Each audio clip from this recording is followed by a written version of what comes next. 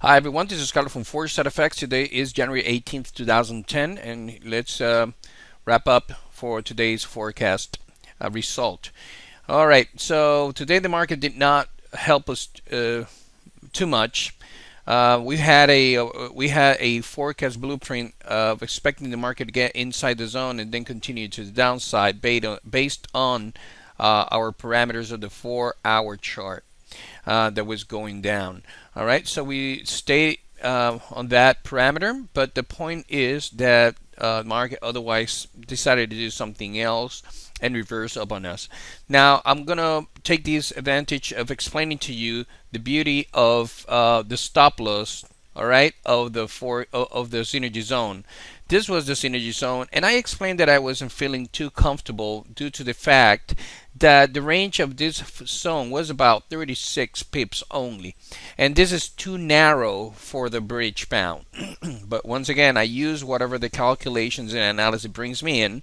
The reason being is because of this, the stop loss. I don't care if they told me that the range or it was narrow. My system told me analysis that the narrow pips was the one that we should stay on, even though that I knew it was just like too tight. I have to leave it in place because the stop loss, which is highly calculated, is a very highly probable turnaround point. And this is what I'm going to talk about here. You see that the market just took that stop, shoot up, came back in, and then reversed back up. So meaning that the stop loss level of the synergy zone is as I've been explaining to you for all this time, is a stop and reverse or a probable turnaround point of the trend, meaning that if we were going down and we breach that stop, it will probably gonna turn upside, to the other side. It could be towards the downside or upside. In this case, we were expecting the market to go down inside the zone, but once again, look what the zone did once the market got into the synergy zone. They held pretty nicely, and they try to pierce it all the way down. So the synergy zone worked once again pretty nicely for the first time, but now by the second time the stop loss was breached, and obviously the story is different. Now let me just point out a couple things as well here. All right, I'm going to try to use this as training, as much training as possible. We sustain ourselves based on the 4-hour chart, which usually brings 80-85% accuracy on the market trend. Nothing is for sure, obviously, as you've seen, but the perfect scenario is what you can expect within that range. So we know that this is our synergy zone, and we know what to expect inside of it. We're expecting some resistance and the market to go down, and that's exactly what happened here. It did not carry on towards the target prices that we were looking for, but that's okay. They stopped and tried to come back down. So the market just reversed, and the stop loss level, which is a very important number, stated, I'm sorry, if we break above that, there is a highly chance probability that the trend from down will turn upward. That's exactly what it means. What caught my attention here was that even though that they broke up to the upside, the 4-hour MACD was still extremely wide apart towards the downside. Let me see if I can bring that to you. And let me just, I'm going to mark here when the prices broke with this red dotted line. And I bring the 4-hour chart. Let me show you what I'm talking about. Hold on. And blow it up, and here it is. All right, guys, take a look at this, what I'm talking about here. This is where the MACD was when the prices broke above. All right, just like so. So the prices are breaking above the synergy zone, but look, it's still wide apart, meaning that even though that they're breaking above, they were still slightly bearish in sentiment. Okay. So hence probable the situation of the market having a hard time still going to the upside, even though that they moved They're just hesitating. If you see, they're just testing the highs right there. You see, this is definitely having a hard time breaking above. So everything still look in place based on analysis point of view, that even though that they're breaking to the upside, that upward momentum was not probably the most reliable one, so to speak. So in those cases, what you should do, you just stand aside and just watch the market. Number two, this is the most important part of it. For me to explain to you the reason why you should always expect any type of possibility or movement by 1 a.m. All right. If we all waited until 1 a.m., you noticed that by that time, let me try to see if I can find it. It should be, I think, around 6. Is around that time. If you waited for around that time, which is around here, you will notice that when you went into your computer, the stop loss was already breached to the upside. Meaning that when you sit down and the forecast was to go down, all right, and you were expecting the market to go short, all of a sudden you're saying, wait a second, but the top of the synergy zone has to be broken, and the rule says that if that stop loss has been breached, it means that there is a very probable turnaround point. So you know what? Since the overall tendency of the market was to go short based on the 4-hour chart, but on the shorter time frames, the price market behavior is telling me otherwise because of the stop loss that we just calculated here.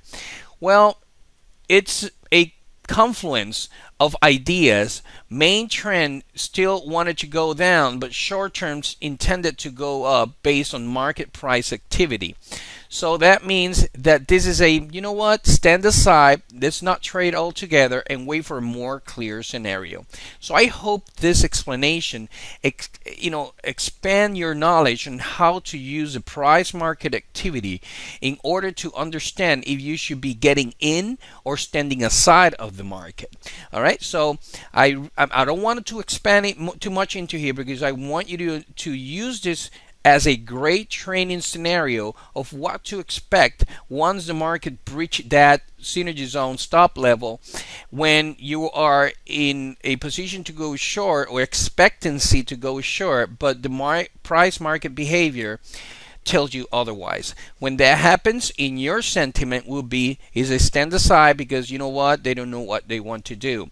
Now another way to identify this breach being valid is because you have the pivot high, another pivot high.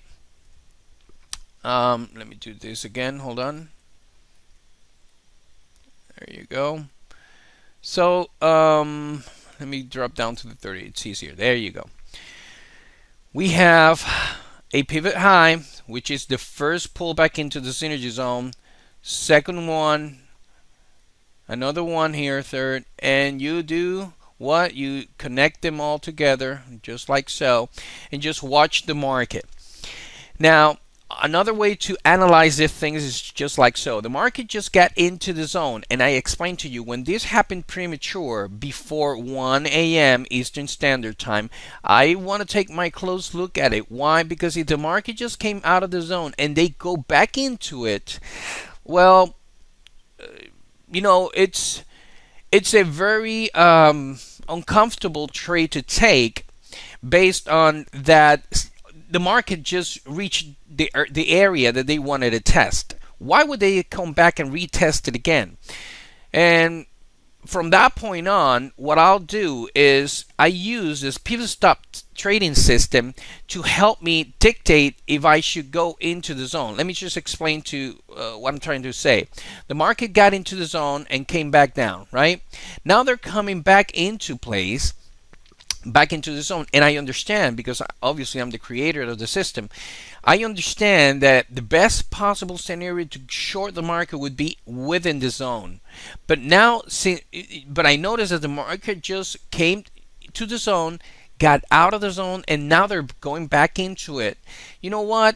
It's a double take there. It caught my attention. I have no intention of probably shorting the market within the zone. And you know what? That's the reason I created the pivot step system. What should I do to filter that retest inside the zone? Well, I got the low here.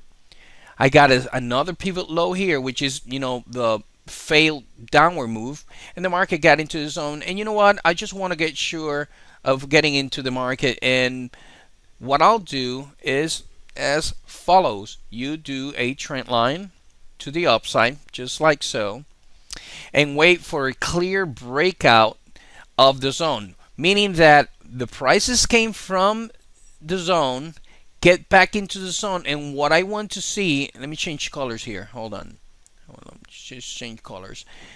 Kept down to the zone, back into the zone. I just want to see the prices behave just like so and break below without getting near or close to the reversal point or major stop synergy point here. So I hope you understand what I'm trying to say here. I'm looking for the market in this scenario where the market got into the zone too premature. I'm waiting for 1 a.m. to happen, and obviously by that time the market just dictate what they wanted to do. That was a cancel trade by then. But what I'm trying to say here, let's say that the market just came back down and they are back into the zone, hovering in there. I'm going to use the pivot step system, and I'm going to lay it out right there, the strength of the market. Meaning that if they keep hovering, and I see a clear breakout of the trend line, but the price never reach the stop loss placement like they did in here. They went through it and they came back into it. This is a cancel trade. But if it would have been the market just hovering here and they all of a sudden they break below here, this would be a valid sell point. And if you notice, the trend line falls inside the zone still. That's what I'm looking for, and I'm waiting for a clear breakout to the downside, and I can sell anywhere in here, which still validates a great entry point because my targets were way above here. So I'm maximizing the potential move of this trade. But in this case, the price market behavior told us to what? Stay outside, because this breakout of the stop loss of the synergy zone just indicated, you know what, we wanted to go the other side, and they just had it that way and no trade whatsoever. So many of us just stand aside. I personally shorted the market, and I lost just a very small amount of pips, and I got too premature. And I'm explaining to you exactly what not to do in order to preserve your capital. But still, the point here is to understand how to access the price market activity behavior with this level of the synergy zone and the pivot step system in your favor to filter in any type of trading whatsoever. Now, if you notice that the market just appears below, right, the trend line that we just put in here, even if we move this to this pivot low, all right, they just broke below for the first time, get back into it. No, they get back down to it. See how they're doing it? And if we take a look at the 4-hour MACD, even though they haven't crossed, they're just flatting out. You know what? What do you think we should do? Come on, just think about what you should do in this type of scenario. In my case, today, well, it probably should be a very early day. You usually have one through the week. This is going to be a no trade, all right, for tomorrow until we see a more clear scenario. So unfortunately, today didn't work out. So that's a -1 day of potential profit. And the market just reversed. Many will say, why wouldn't you just reverse and go up? The reason was because my MACD was still pointing downwards. That's it. And the narrow, the average return, I mean, the average range of the synergy zone usually about 50 or 60. That's the usual normal average. This was only 30 something, meaning that, you know, that, and I explained that to you in the earlier video. This doesn't feel like the right uh, retracement range of the synergy zone that I'm accustomed to see. Still, I needed to play it out because that stop loss is the main objective here, to see what should I do in terms of trading. All right. So, having said that, I just hope this has clarified many ideas on how to expect and access this information based on this activity. And I'm gonna post this video if you think it's worth it under the training arena, and I'm gonna post both of the last two videos.